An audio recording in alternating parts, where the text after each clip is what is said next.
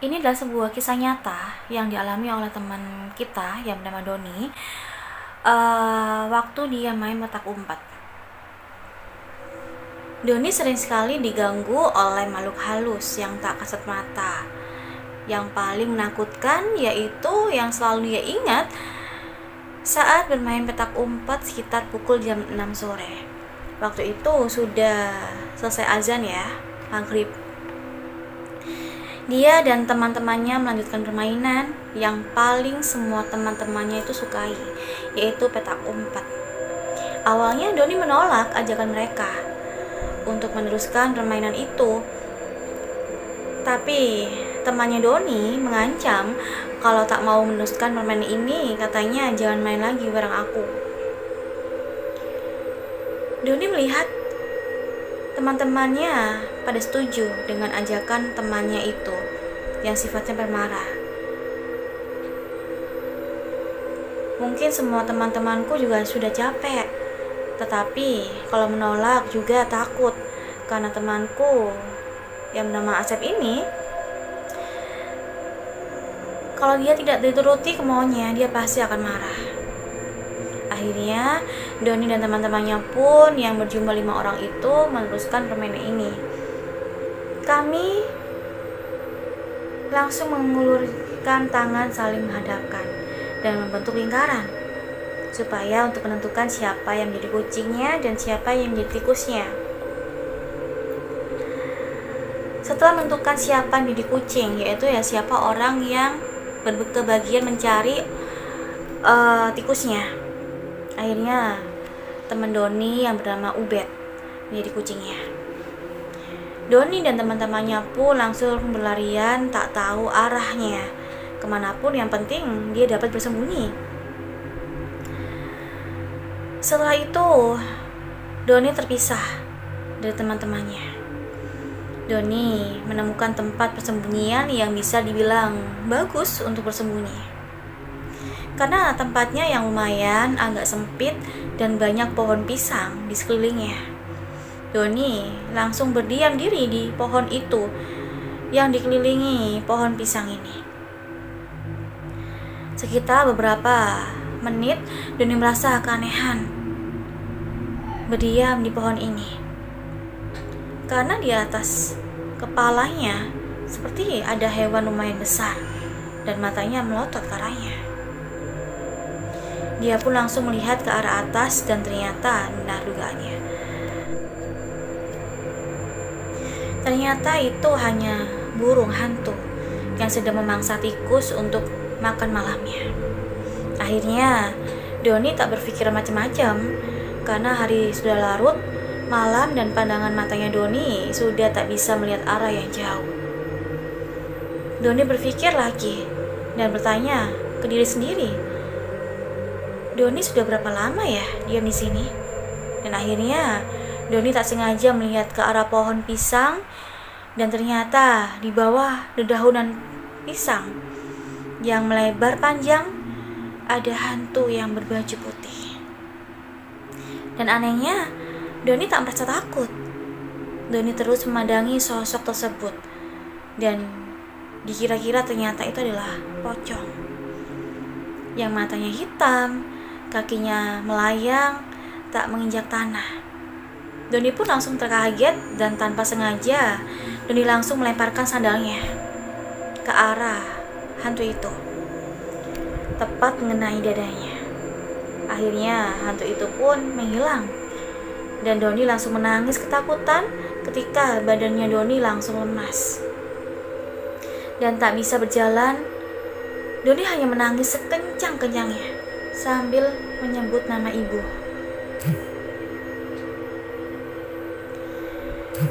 Dia menangis terus bercampur takut.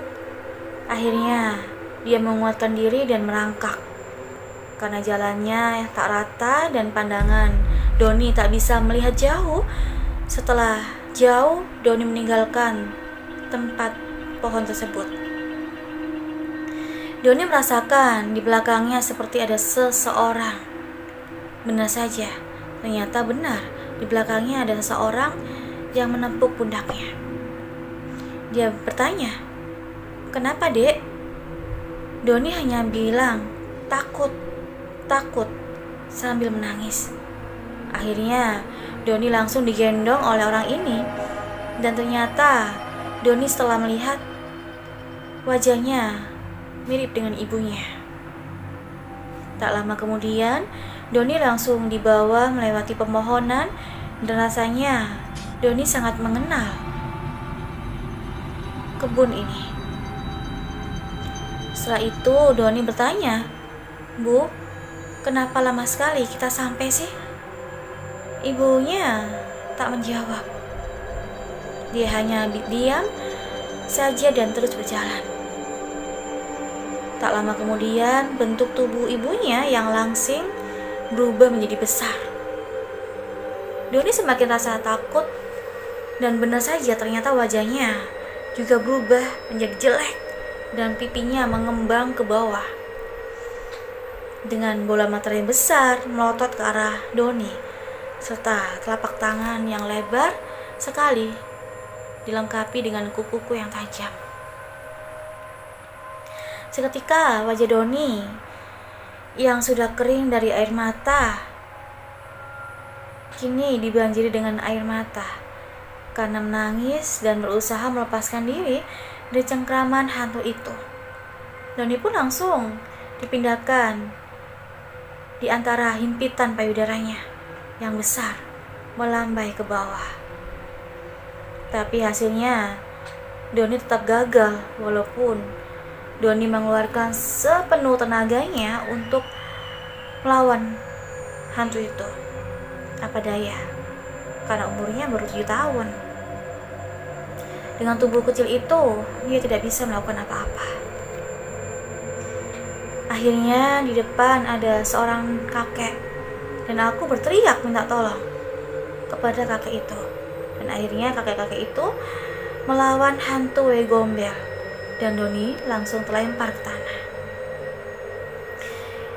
Doni melihat pertarungan sengit antara kakek-kakek dan hantu Gombel tersebut. Akhirnya hantu Gombel menghilang dan kakek tersebut langsung mendekati Doni. Si kakek bilang, "Ayo kita pulang. Di sini sangat berbahaya sekali." Jawabnya baik sekali. Si kakek pun langsung mengantar Doni dan bercerita panjang lebar di jalan padaku. Lain kali, kalau main jangan sampai larut malam. Berhenti saja sebelum azan maghrib berkumandang. Kalau kita mengabaikan dan meneruskan bermain, nanti bisa celaka dan mungkin bisa terulang kembali malapetaka ini. Doni pun langsung menjawab, "Baik. Saya tidak akan mengulangi perbuatan saya ini." Dan tanpa sadar, Doni sudah berada di depan pintu rumahnya.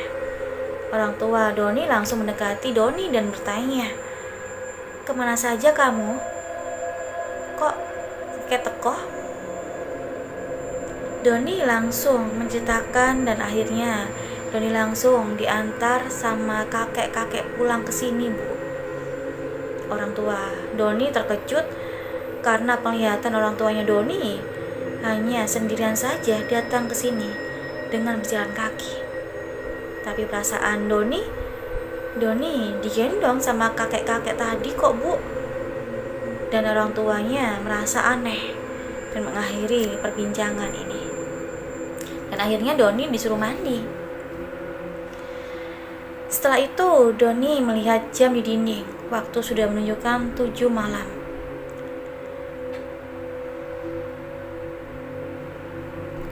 Saya kayak semimpi diam di kebun itu dan semakin aneh dan pusing. Saya tak mau memikirkan itu lagi. Doni langsung bergegas mandi, langsung makan dan beristirahat supaya Doni tidak kesiangan nanti besok sekolah. Itulah kisah Doni waktu dia bermain petak umpet pada umur 7 tahunan. Oke, teman-teman, terima kasih ya udah nonton video aku. Jangan bosan-bosan ya. Yang belum subscribe silahkan di-subscribe dulu supaya nanti kalau ada video baru aku muncul kalian akan dapat notifikasinya. Jangan bosan-bosan dengan cerita aku. Sampai jumpa, bye bye.